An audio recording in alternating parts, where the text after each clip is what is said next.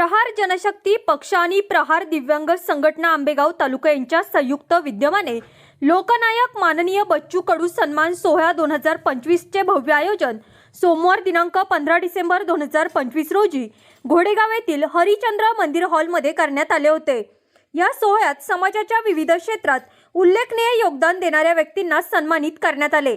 या सन्मान सोहळ्यात समाजातील योगदानाबद्दल विशिष्ट पुरस्कारांनी गौरवण्यात आले। यामध्ये समाजभूषण पुरस्कार संजय थोरात यांना समाजासाठी केलेल्या महत्त्वपूर्ण कार्याबद्दल देण्यात आला, तर कलाभूषण पुरस्कार मृणाल कुलकर्णी यांना कला क्षेत्रातील उल्लेखनीय योगदानाबद्दल देण्यात आला। समाजातील सेवाभावी कार्य आणि कर्तव्यनिष्ठेबद्दल खालील मान्यवरांना सन्मानित करण्यात आले।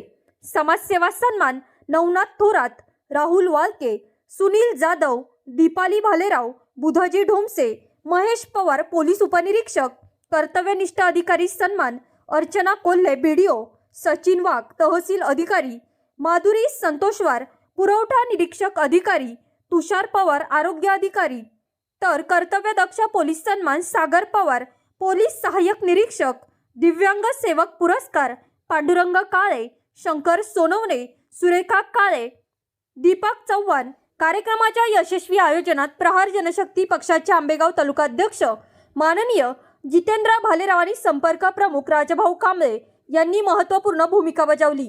त्यांनी उपस्थित सर्व सन्मान मूर्ती तसेच इतर मान्यवरांचा पुष्पगुच्छ व सन्मान चिन्ह देऊन औपचारिक सत्कार केला।